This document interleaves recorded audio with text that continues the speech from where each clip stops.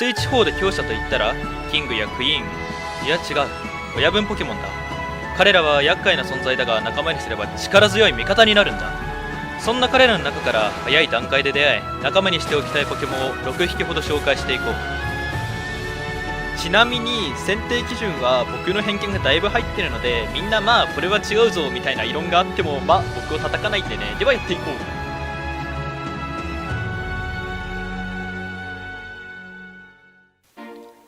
まずはじめに親分ポケモンとは何かを紹介していこう。親分ポケモンとは通常ポケモンよりも凶暴であり、プレイヤーを発見するなり餌と勘違いして執拗に追いかけていって攻撃を仕掛けてきます。追いかけてくる姿を見るとなんだか奈良の鹿さんを思い出します。お前ら奈良の鹿じゃねえんだよ、俺は観光客じゃねえんだよ、餌は持ってねえんだよ。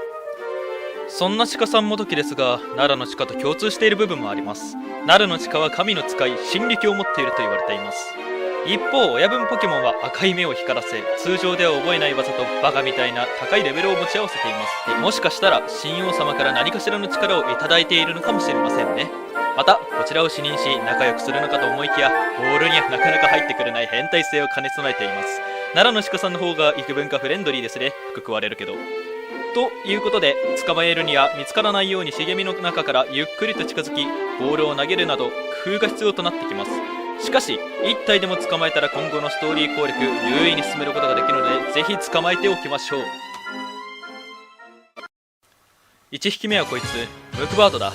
進化系のムクホークは攻撃種族値が120という高火力を出せるアタッカー。エアスラッシュ、ブライブワードを中心にインファイトやスミタックルなどを覚え力技を合わせることで敵なしとなるだろう。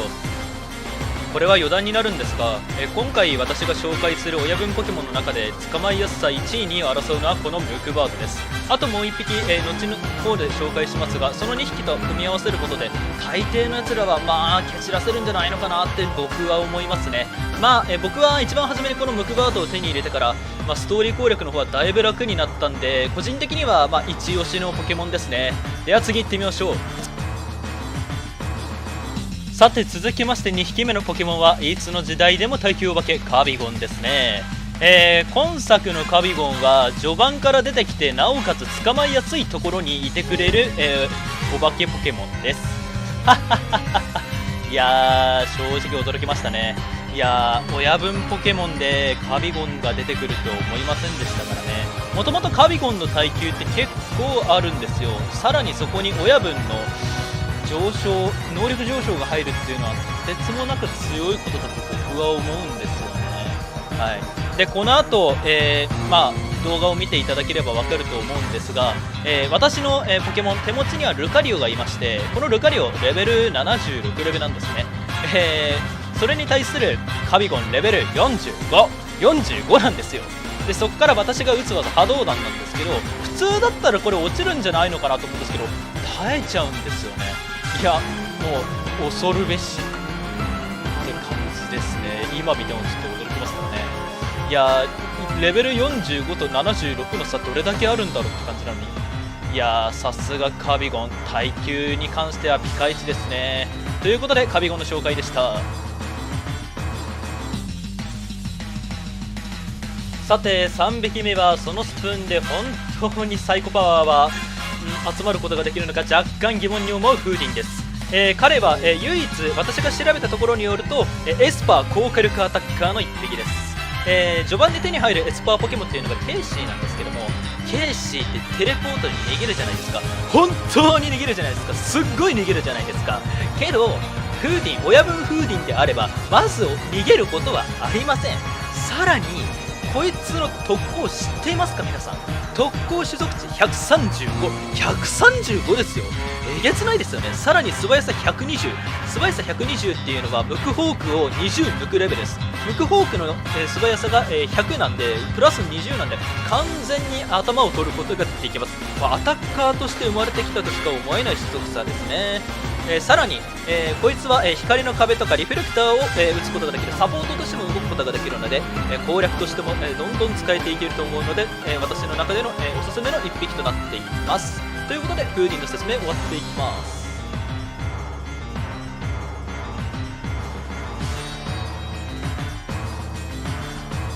さて4匹目はどこで間違えてしまったのか、進化系よりも進化前の方が強くなってしまったストライクで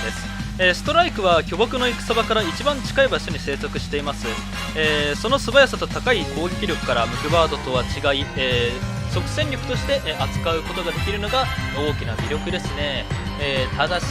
ストライクは本当に目がいいんですかね、なんだか知んないけど、本当に遠くからでも主人公、つまりプレイヤーの位置を把握してどんどんこちらに来てしまうんですよね。っていうところから、捕まえる、隠れながら捕まえるっていうのが結構難しいポケモンなのではないのかなと私は思います。実際、この撮影時も、すぐに見つかってしまいました。その時は潔く対戦しましょうというところで、はい、ストライクの方、説明の方を終わっていきたいと思います。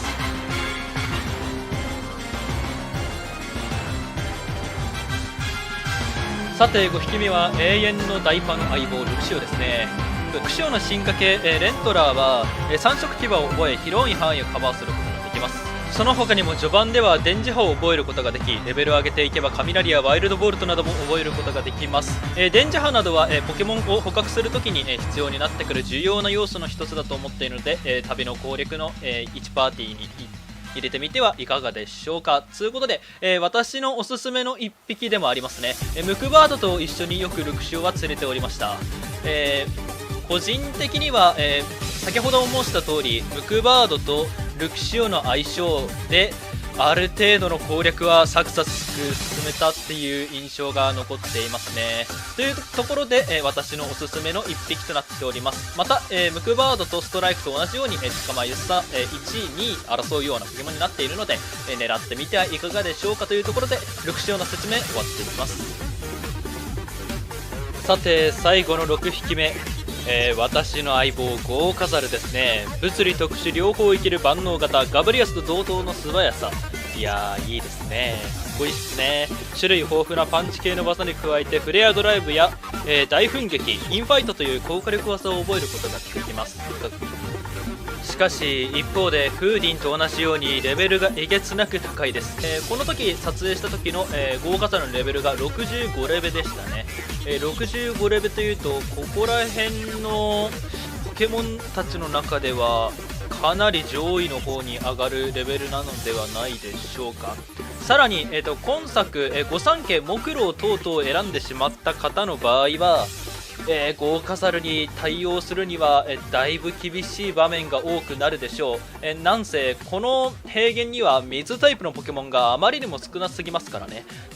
捕獲または討伐をする際はしっかりとした準備をなさっていった方がよろしいかと思われます。ただし、一度ゴーカザルを捕まえてしまえば後の攻略は本当に楽になります。序盤の方はもうゴーカザル1匹いるだけでスイスイ行くことができますね。なんせ本当に数少ない炎格闘タイプっていう複合タイプなんでね、あまり見かけないですよね。そういう点からも優秀かと私は思います。という点でのおすすめの1匹です。皆さん、見かけた際はぜひ、捕獲してみてはいかがでしょうかというところでゴーカザルの説明終わっていきたいと思います。さてさていかがだったでしょうか。今回選ばせていただいた6匹、私の独断と偏見によって選ばせてもらったんですけども、いやー私もレジェンダールセウスをこうやってプレイしてて、あの6匹、それぞれ1体ずつ入れて、攻略を進めていた時期があったんですけども、あの6匹がいた時が本当にスムーズに動いてすごい、使いやすかったなと思って、もしレジェンダールセウスいやー今ここで詰まっちゃってるんだよなーっていう人がいたらコメントの方までよろしくお願いします。ぶっちゃけて言うと、キングとかクイーンに関しては、ポケモンを投げなくても体術戦だけでいけます。私は体術戦だけで、戦い抜きました。そちらの方は生放送の方でやったので、興味のある人はそちらの方も見ていただければなと思います。ということでね、僕が選んだ6匹、捕まえてよかった攻略、楽になったよって思った方はチャンネル登録高評価の方よろしくお願いしますってところ。はい、ということでね、次の動画でお会いしましょう。じゃあね、バイバイ。